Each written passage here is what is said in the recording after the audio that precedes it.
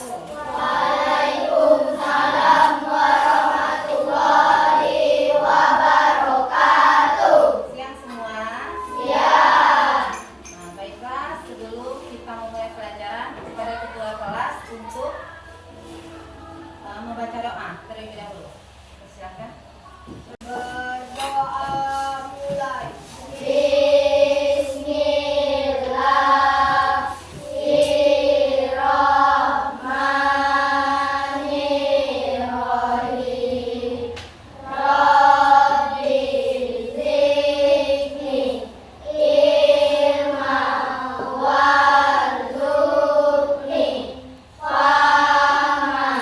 Artinya, ya Allah, tambahkanlah ilmu kepadaku dan mudahkanlah pengertianku. Amin.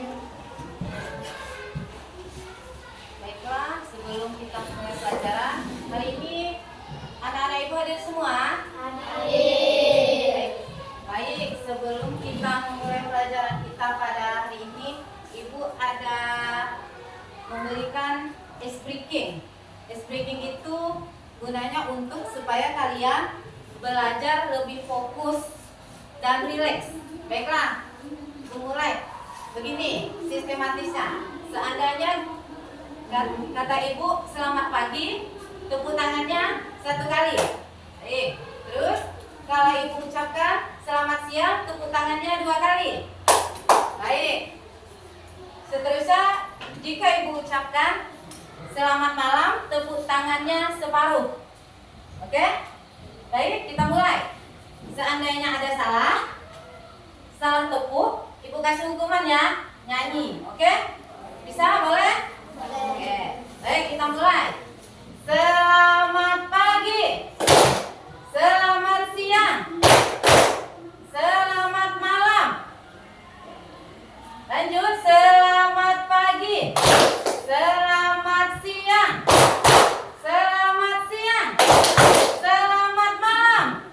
Oke, baik, tidak ada yang salah. Tangannya hapus dulu. Baik. Kita lanjutkan pelajaran kita, yaitu mengenai uang. Baik, buka buku paketnya.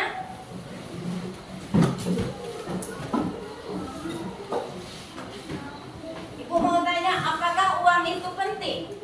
Penting. Tuh. Apa pengertian dari uang? Ada yang tahu? Ada yang tahu uang? Uang apa? Baik, ibu jelaskan.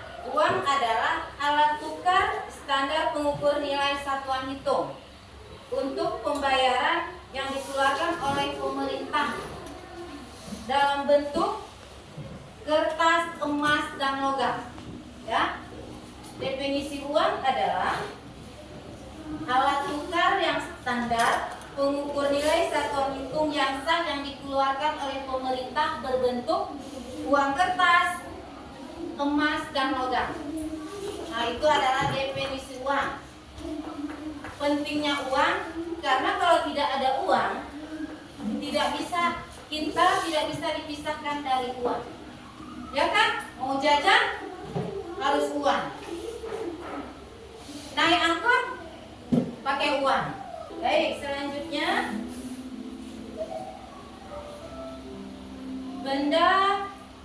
syarat benda sebagai uang. Baik. Suatu benda dapat diterima secara umum sebagai alat tukar. Uang bisa dijadikan sebagai uang alat tukar untuk memenuhi syarat-syarat sebagai berikut. Contoh 1, dapat diterima di masyarakat umum. Masyarakat percaya benda tersebut nilai sebagai pembayaran. Ya, uang bisa diterima di masyarakat umum karena masyarakat bisa menggunakan itu nilai sebagai alat pembayaran. Nilai pembayaran mudah dibawa dan disimpan. Ya enggak? Uang mudah dibawa dan disimpan. Apalagi uang kertas. Terus tidak mudah rusak. contoh kita uang kertas, uang logam, uang kertas. Selanjutnya mudah dibagi. Mudah dibagi tanpa mengurangi nilai. Walaupun kita bagi-bagi, satuan nominal, kelancaran dan transaksinya dia tetap. Selanjutnya mempunyai kestabilan nilai.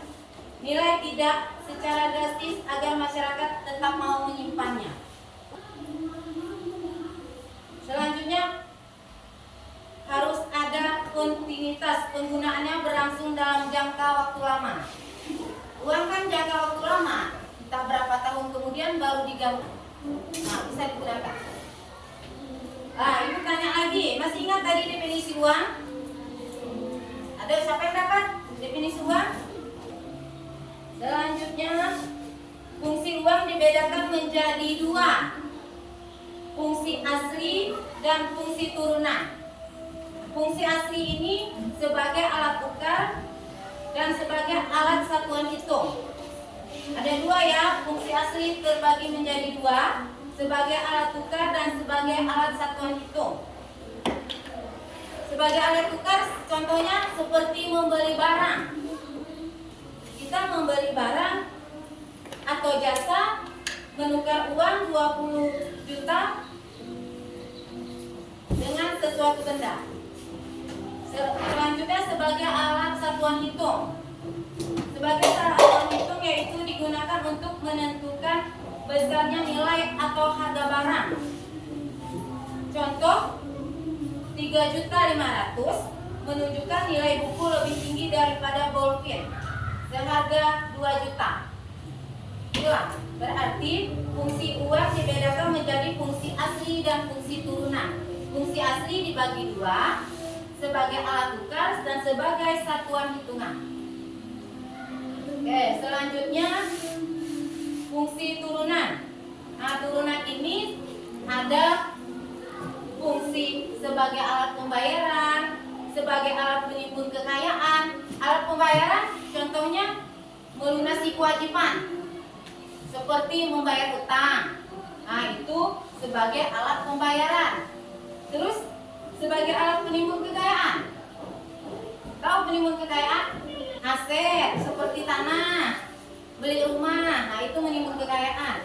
Sebagai alat pemindah kekayaan, contohnya rumah di desa kita jual, kita pindahkan beli rumah di kota.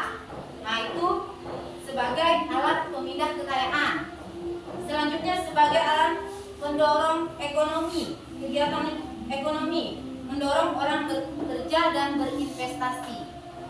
Lanjut sebagai alat untuk menabung tadi. Dan sebagai penunjuk harga, digunakan untuk menetapkan nilai atau harga suatu barang dan jasa. Baik, selanjutnya definisi uang dasar. Itu ada uang kartal dan uang dinar. Uang kartal alat pembayaran sah yang wajib diterima masyarakat dalam transaksi jual beli, yaitu uang kertas dan uang logam. Tahu uang kertas? Ada contoh? Baik, ini contoh uang kertas. Ibu contoh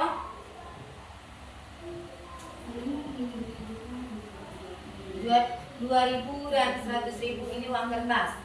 Uang logam masih bisa digunakan? Masih. Ini uang logam, contoh uang logam dan uang kertas. Baik, selanjutnya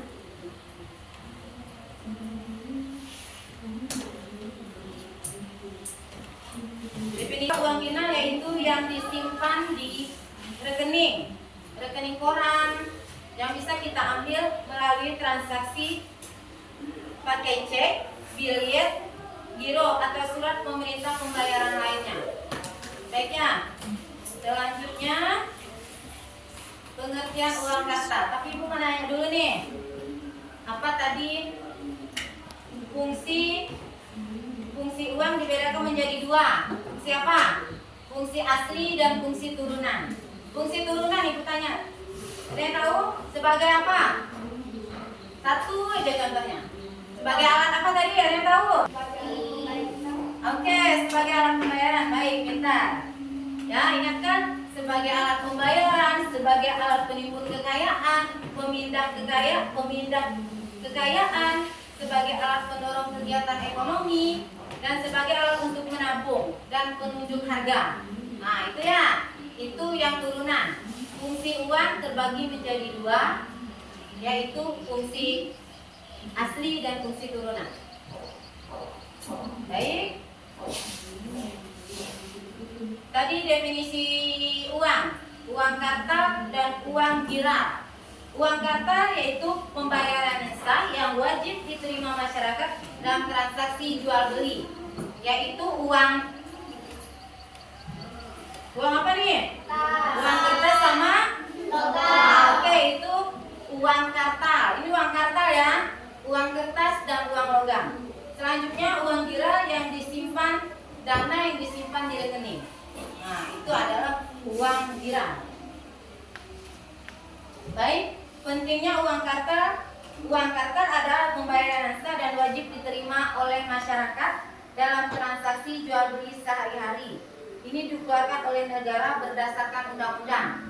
Ya, uang kartal. Jenis uang kartal di Indonesia tadi uang logam dan uang kertas. Ya, kertas. Ciri-ciri uang kartal: diterbitkan secara resmi oleh Bank Indonesia, terus terdiri atas bentuk fisik berupa kertas dan logam. Nah, itu ciri-ciri uang kartal. Ingatkan, uang kartal berbentuk kertas dan logam.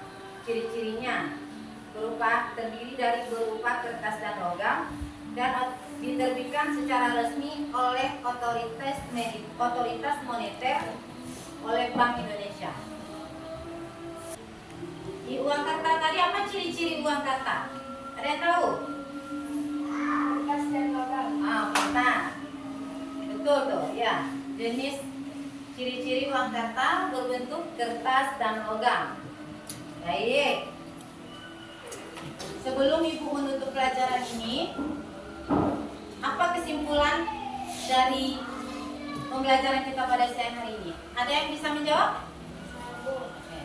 Kesimpulan, uang adalah benda yang diterima umum sebagai alat tukar dan pembayaran sah dalam transaksi ekonomi. Sejarahnya bermulai dari baterai, uang barang, logam mulia, hingga uang kertas. Syarat uang meliputi tahan lama, mudah dibawa, bernilai stabil dan diterima umum, dengan fungsi utama sebagai alat tukar, satuan hitung dan penyimpanan nilai. Tepat, bagus sekali. Baik. Sebelum Ibu menutup, Ibu kasih untuk minggu depan menggambar satuan uang dari 1.000 uang kertas sampai uang 100.000 uang kertas saja ya. Oke, baik. Baik, itu saja yang bisa Ibu jelaskan pada siang hari ini. Terima kasih atas perhatiannya. Wassalamualaikum warahmatullahi wabarakatuh.